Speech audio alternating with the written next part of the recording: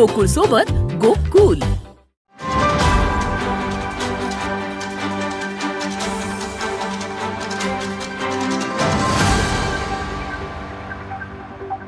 प्रशासनाचं चुकीचं प्रशासन आणि त्यामुळं कोट्यावधी रुपयाचा जो महानगरपालिकेचं नुकसान आहे, ज्याच्यामुळे विकास कामं थांबली आणि विकास कामं थांबल्यामुळं याच त्रुटीवर बोट ठेवून हद्दवाढीमध्ये ज्यांना यायचं नाही त्यांना एवढंच फक्त कारण मिळालं, म्हणजे हद्दवाढ न होण्यापाठीमागं कोल्हापूर महानगरपालिकेचं प्रशासन आता जबाबदार आहे.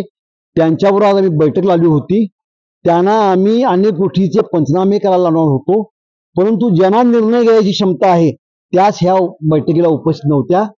आम्ही या गोष्टीचा तीव्र शब्दामध्ये निषेध करतो, परंतु सोबत आम्हाला आता पक्क ज्ञात झाले की कोल्हापूर महानगरपालिकेच्या जे काही आता ज्यांच्या ताब्यामध्ये सत्ता आहे त्यांच्या लोकांमुळेच कोल्हापूर शहराची हद्दवाढ रोखली गेली आहे. कारण पगार आमच्या घरातला घेतात आणि गुणगान मात्र कोल्हापूर महानगरपालिकेचे अधिकारी ग्रामीण भागातल्या जनतेची गातात.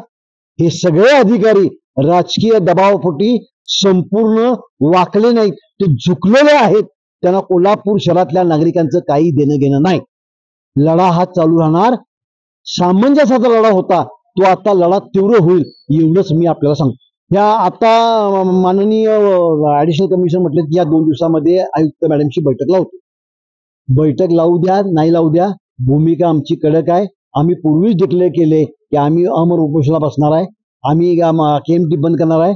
परंतु असं होता कामा नये की आमच्याशी चर्चा केला नाही, आम्हाला तुम्ही निर्णय करायची संधी दिली नाही, हे बोल आम्ही आम्हाला लावून घेणार नाही.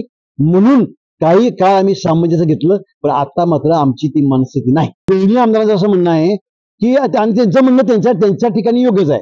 ज्या नागरिकांचं किंवा ज्या मतदारांचं ते प्रतिनिधित्व करतात त्यांच्याशी त्यांची भूमिका आम्ही ऐकून घेतो आणि त्यांची जी जनतेची त्यांच्या जी भूमिका असेल ती आमची भूमिका, असं त्यांचं म्हणणं.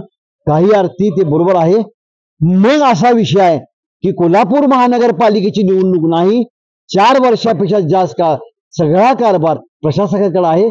ज्यांचं आद्य कर्तव्य कोल्हापूर महानगरपालिकेचं हित जपायचं आहे, ती मात्र त्या आमदारांसारखी भूमिका घ्यायला तयार नाहीत.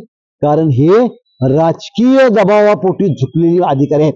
ताज्या घडामोडी पाहण्यासाठी माझा महाराष्ट्र न्यूजला आजच सबस्क्राईब करा.